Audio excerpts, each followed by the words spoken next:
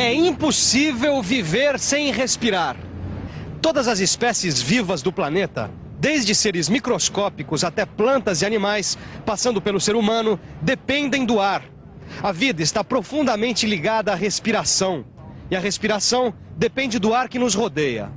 Então, uma das questões mais importantes que nós devemos colocar para nós mesmos é como está a qualidade do ar que respiramos.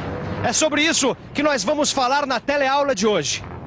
Na teleaula de hoje você vai entender melhor como se dá o equilíbrio do ar na atmosfera. Vai ver também quais são os principais poluentes do ar na atmosfera e quais são as suas consequências para o meio ambiente. E agora toda a atenção, porque a nossa teleaula de hoje está começando.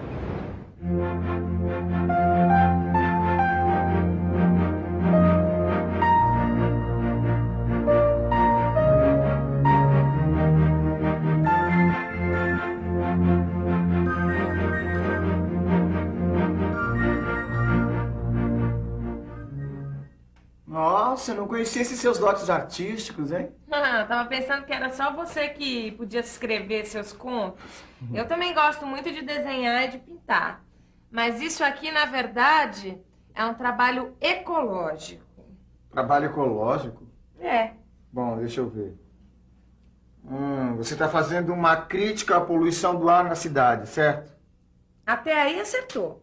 Só que eu coloquei 3 situações que se relacionam com a poluição do ar. 3 situações. Bom, o que eu vi de cara é essa moça fazendo Cooper numa avenida que o ar está totalmente poluído. Presta atenção. E você, conseguiu perceber quais são as situações? Se não conseguiu, fique tranquilo, porque no programa de hoje nós vamos falar bastante sobre cada uma delas. Basta a gente ler o jornal para ficar alarmado com a situação das grandes cidades. Não é brincadeira, dá só uma olhadinha aqui. Esta matéria aqui diz que existe um problema de saúde pública causado pelo excessivo número de carros na rua. E o pior é que tem gente que nem carro tem e está pagando a conta. Tem um outro artigo que eu li que diz que os veículos são os grandes poluidores das cidades. Mas a nota que mais chamou a minha atenção é esta aqui, que fala que estão aumentando os números dos estados de atenção. Que é quando o índice de monóxido de carbono supera o permitido por lei. Aqui está dizendo que em São Paulo, entre 93 e 94, o número dos estados de atenção pularam de meia dúzia para 43. Então, é brincadeira. Você já ouviu aquela piada que quando o médico pergunta se tem alguma coisa doendo, o paciente responde, só dói quando eu respiro? Será que a gente vai acabar virando esse tal paciente? O senhor já sentiu algum problema de saúde relacionado à qualidade do ar na cidade? Sem dúvida. Algumas vezes, quando muita poluição, dá alergia nos olhos, dá espirros constantes, às vezes falta de ar, tudo em decorrência da poluição mesmo da cidade. Problema respiratório, por exemplo, ter que constantemente suar o nariz, estar sempre limpando o nariz. Eu acho que isso é devido à poluição, que ela está bem alta ultimamente. Já tive problema com os olhos, né? Quer dizer, olhos irritados. Já, bastante. Eu tenho bastante problema de alergia. E os efeitos dos gases poluentes são agravados quando acontece o fenômeno conhecido como inversão térmica. O ar quente é mais leve que o ar frio e tende a subir, enquanto o ar frio tende a descer. Mas no inverno, o ar não se aquece e não sobe, impedindo o movimento das correntes verticais que ajudam a dissipar a fumaça e os gases poluentes. Assim, esses gases ficam presos nas camadas mais baixas da atmosfera e causam irritação nos olhos, problemas respiratórios e intoxicação. Agora você já sabe que a poluição do ar é nociva para a saúde, mas é preciso entender como se dá o equilíbrio do ar na atmosfera. Esse equilíbrio se dá através de um processo conhecido como fotossíntese. E aí, você não quer ficar um pouquinho mais por dentro desse assunto?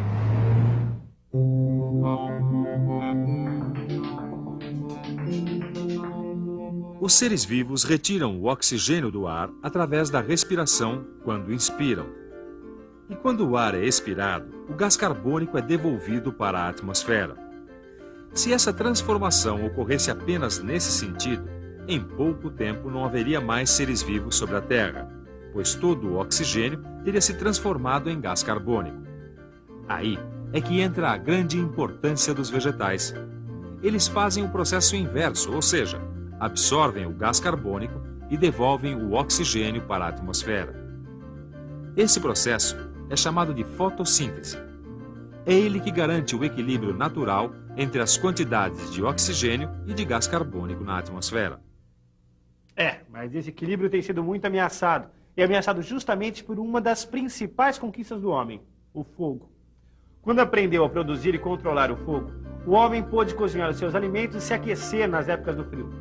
Mas nos últimos séculos, principalmente depois da Revolução Industrial, houve um incrível aumento de máquinas movidas a vapor, nas quais os combustíveis eram carvão vegetal e o mineral.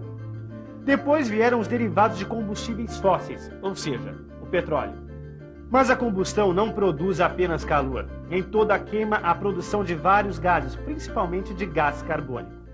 Bom, a partir daí é que os problemas começam a se agravar. Porque apesar do gás carbônico ser um componente normal do ar, ele começou a ser produzido em quantidades cada vez maiores, ocasionando um aumento da temperatura geral do nosso planeta. E além disso, há também o problema do desmatamento. Muitas florestas estão sendo destruídas para dar lugar às plantações e às pastagens para criações de animais. As queimadas estendem-se por grandes áreas, destruindo a flora e a fauna, importantíssimas para o equilíbrio ecológico. A queima do petróleo, junto com a queima das matas, provoca uma grande concentração de gás carbônico, que é um dos responsáveis pelo conhecido efeito estufa. O que acontece é que o gás age na atmosfera de modo semelhante a uma estufa de vidro, isto é, deixa passar a radiação solar, mas retém o calor, aumentando assim a temperatura da Terra. Isso derrete o gelo nos polos e causa elevação das marés, ciclones, chuvas torrenciais em algumas áreas e secas em outras. Por causa disso, terras antes produtivas podem se transformar em áridas e desérticas. Mas será que o gás carbônico é o único vilão dessa história? Não. A queima de derivados do petróleo, como o óleo diesel e a gasolina, e dos resíduos industriais, tem levado para a atmosfera outros gases além do gás carbônico. E alguns desses gases são muito prejudiciais para a saúde. Entre os principais está o monóxido de carbono. Ele é um dos poluentes mais perigosos para a respiração dos homens e dos animais. A formação do monóxido de carbono se dá em processos de combustão, quando existe pouco oxigênio para a queima completa dos combustíveis. É o caso dos automóveis com motor desregulado, por exemplo. Por isso, os veículos devem estar bem regulados, de modo a produzirem uma combustão completa, sem monóxido de carbono. Mas, além do monóxido de carbono, outros gases muito perigosos para a saúde são os compostos sulfurosos. São os compostos de oxigênio e enxofre, produzidos na queima de combustíveis de petróleo, de carvão mineral e nos processos industriais. Os óxidos de enxofre são nocivos às vias respiratórias, podem provocar a morte das plantas e são um dos responsáveis pela chuva ácida. Chuva ácida? Bom, esse nome dá arrepio só de falar, né? Bom, eu vi aqui num programa que a chuva ácida aumenta a acidez da atmosfera e provoca corrosão nas estruturas metálicas. A chuva ácida prejudica o crescimento das plantas também. Ela deixa os lagos ácidos. Isso provoca a morte de plantas e animais aquáticos. Bom, mas eu li também que as leis obrigam as indústrias a colocarem filtro contra gases poluentes. E todos os carros novos que saem das indústrias têm que sair com catalisadores nos escapamentos. Bom, então acho que eu encontrei a outra situação no seu quadro. Sabe o que é? Os veículos são antigos, por isso eles não usam catalisadores nos escapamentos. Por isso solta essa fumaceira toda. Acertou. Mas agora falta a terceira situação. Bom, a terceira só pode ser daquela pessoa desenhando com spray na parede, certo? Por quê? Você saberia me dizer por quê? Acontece que esses sprays, sejam de tinta, de desodorante, de inseticida, utilizam na sua fabricação gases conhecidos como clorofluorcarbonos. Outros produtos também utilizam esses gases como refrigeradores e condicionadores de ar. O clorofluorcarbono também é utilizado na fabricação de espumas de material plástico que servem para a produção de colchões e travesseiros. Só que esses gases não fazem muito bem para a camada de ozônio. Aliás, você sabe o que é a camada de ozônio? é uma camada de gás ozônio que fica na alta atmosfera, entre 15 e 50 quilômetros de altitude. A sua função é proteger a Terra dos efeitos nocivos dos raios ultravioleta do Sol. O problema é que os gases clorofluorcarbonos dos sprays são mais leves que o ar. Então, quando esses gases são liberados para a atmosfera, sobem até as camadas mais altas, reagem com as moléculas de ozônio e provocam a sua destruição. A espessura da camada vai diminuindo aos poucos e permite passar os raios ultravioleta do Sol, que podem causar câncer de pele, catarata e prejudicar o crescimento de diversas espécies vegetais. Essa diminuição na espessura do escudo protetor, que garante a vida na Terra, recebeu o apelido de buraco na camada de ozônio. Essa é uma das maiores ameaças resultantes da poluição do ar. Mas o bom é que nem sempre as notícias dos jornais são ruins. Existem notícias que também dão bastante esperança pra gente. Eu estava lendo aqui no jornal que em 1987 representantes de 24 países industrializados reuniram-se no Canadá para firmar um acordo cujo principal objetivo era o de tomar medidas para a conservação da camada de ozônio. Esse documento ficou conhecido como Protocolo de Montreal. A partir do encontro de Montreal já houve progressos e atualmente são 113 os países comprometidos com a defesa ambiental. O Brasil assinou o acordo em 1992, comprometendo-se a acabar com a produção de equipamentos à base de clorofluorcarbonos até 2006, mas a indústria nacional antecipou o prazo para 2001. E alguns países mais industrializados deram como prazo dezembro de 1996. Dá gosto de vender jornal com esse tipo de notícia, não dá? Ai, ai. É um alívio, né? Quando a gente sabe que tem gente realmente trabalhando pelo meio ambiente e agindo para que as coisas melhorem. Isso acontece porque cada vez mais e mais gente vem se conscientizando desses problemas. E essa é a principal arma desse combate, a informação. E depois de tanta informação, é melhor conferir com a gente a revisão.